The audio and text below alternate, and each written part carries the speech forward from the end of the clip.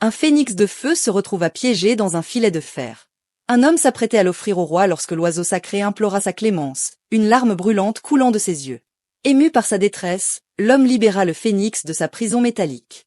Regagnant sa liberté tel un être renaissant de ses cendres, le phénix jeta à son bienfaiteur un regard empreint de gratitude avant de déployer ses ailes majestueuses et de filer vers les cieux. Symbole de fortune, il laissa derrière lui une bénédiction de prospérité avant d'offrir à l'homme, nommé Nasreddin, une plume primordiale capable de le protéger aux heures périlleuses.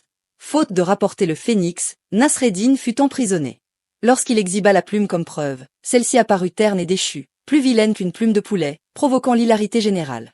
Le roi, se croyant bafoué, ordonna son exécution immédiate. Au moment où le bourreau levait sa hache, la plume primordiale s'embrasa soudain.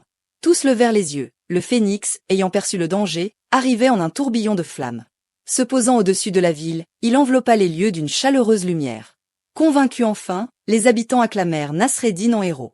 Le roi, contraint, le récompensa publiquement mais nourrit une rancune tenace. Peu après, le monarque chargea Nasreddin d'éveiller la princesse des neiges au sommet des montagnes glacées pour l'épouser, espérant le voir périr en chemin. Grâce à son fidèle petit tigre cheval magique, Nasreddin atteignit le pic. Une porte de glace colossale le bloqua.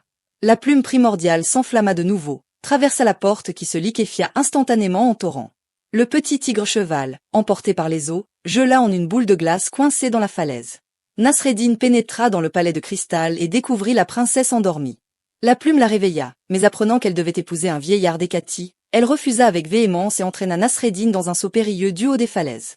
Le petit tigre cheval déploya ses ailes in extremis et les sauva miraculeusement.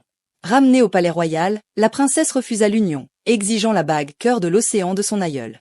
Apprenant qu'une baleine monstrueuse l'avait avalée, le roi convoqua Nasreddin, la quête lui incombait à nouveau.